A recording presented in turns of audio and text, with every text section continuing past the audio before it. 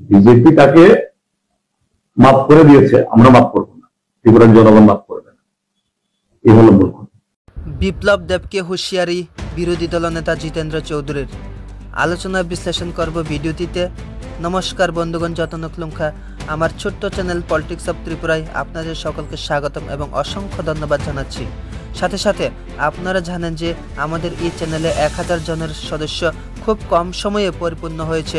সব কিছু আপনাদের ভালোবাসা এবং সহযোগিতার ফলেই সম্ভব হয়েছে। আশা করছি আপনাদের ভালোবাসা সহযোগিতা আগামীতেও অটুট থাকবে।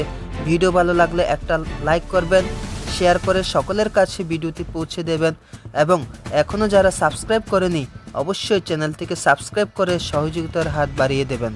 প্রসঙ্গ, প্রাক্তন মুখ্যমন্ত্রী তথা রাজ্যের লোকসভার সাংসদ বিপ্লব কুমার দেব সাংবাদিকের মুখোমুখি হয়ে বলেন, বর্তমান মুখ্যমন্ত্রী প্রফেসর ডক্টর মানিক সাহা যেন তৎকালীন বামফ্রন্ট সরকারের সময়কার আধা কেলেঙ্কারের ফাইলটি পুনরায় খোলে এবং রাজ্যের প্রধান বিরোধী দল সিপিএমের দিকে চ্যালেঞ্জ ছুড়ে দিলেন এবং জনসম্মুখে বিরোধী দলকে কমজোর করার জন্য এইসব কথাবার্তা বলছেন।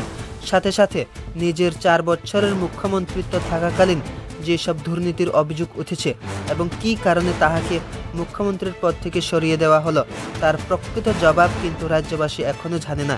তাই এসব তথ্যকে এড়িয়ে যেতে বিপ্লব বাবু মহোদয় আবুল তাবুল কথাবার্তা বলছেন বলে জানান বিরোধী দলনেতা জিতেন্দ্র চৌধুরী। জিতেন্দ্র চৌধুরী মহোদয় আরও জানান যে বিপ্লব দেব নিজেকে বাঁচানোর জন্য সবসময় সিপিআইএম তথা কমিউনিস্টের উপর চাপ বাড়াতে এসব উক্তি করে থাকেন। বিপ্লব বাবু জানেন যে রাজ্যে পুনরায় কমিউনিস্ট সরকার তথা সিপিআইএম সরকার গঠিত হলে তাহার 4 বছরের নেতৃত্বে যেসব ঘোটালা বা দুর্নীতি হয়েছে তা জনগণের সামনে খোলাসা হয়ে যাবে এবং ভবিষ্যতে ওনার রাজনীতির ক্যারিয়ারের ফুল স্টপ হতে পারে। তাই তিনি সর্বদা কমিউনিস্টের বয়ে কাঁপছেন। তাই তো তিনি কিছুদিন আগে বিশাল ঘরের একটি সাংগঠনিক সভাতে 20 মিনিটের ভাষণে প্রায় 50 বার কমিউনিস্টের নাম জপ করেছেন। বন্ধুগণ, বিপ্লব বাবুর সেই বক্তব্যটির লাইন বাই লাইন প্রত্যেকটি বাক্যের উচিত জবাব আমি এই ভিডিওটিতে দিয়েছি। আপনারা উপরের লিঙ্কে ক্লিক করে বা এই ভিডিওর শেষে ক্লিক করে দেখতে পারেন।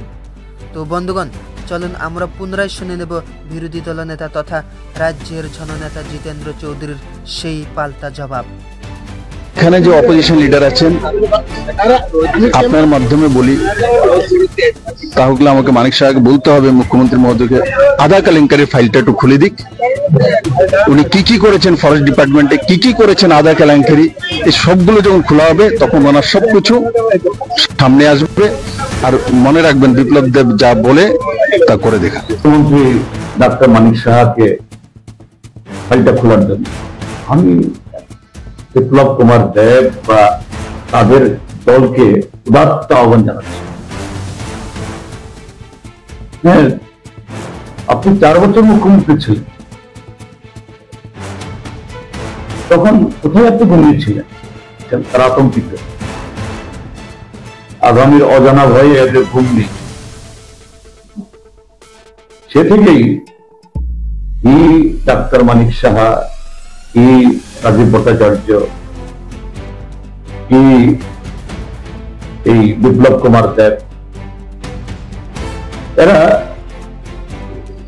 যেখানে সেখানে সুযোগ পেলেই আবল তাবল কথা বলেন, প্রাসঙ্গিক বলেন, অপ্রাসঙ্গিক বলেন,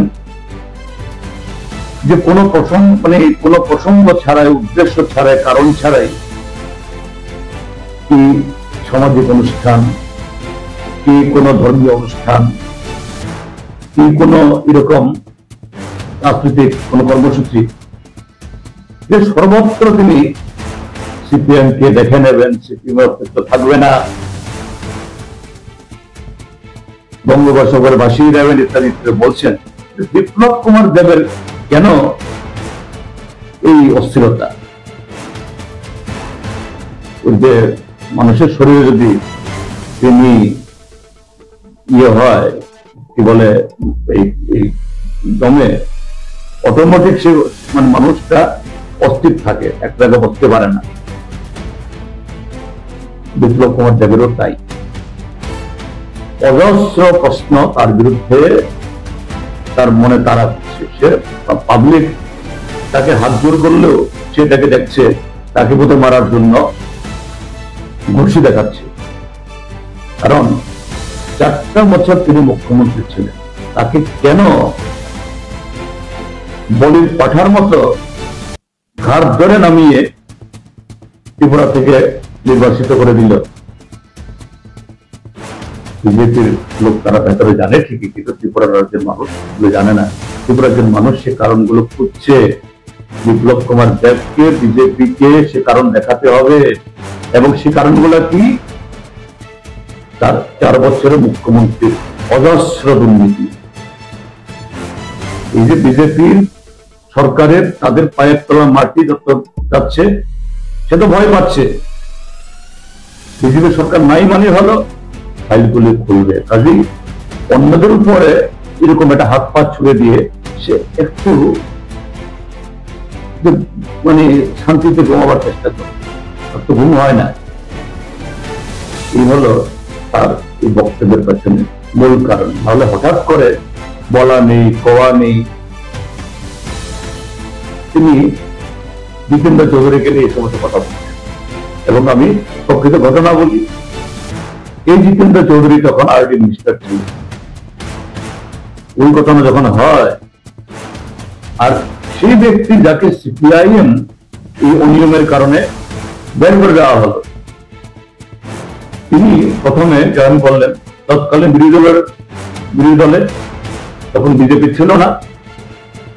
আর পরবর্তী সময়ে তিনি বিজেপির একজন দেবতুল্য কার্যকর্তা হয়ে যান।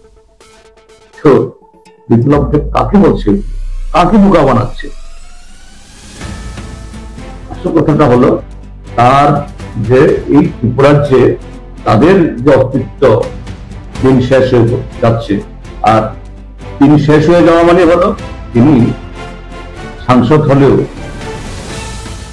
তার এই সমস্ত কেলেঙ্কারি গুলো বের হবে।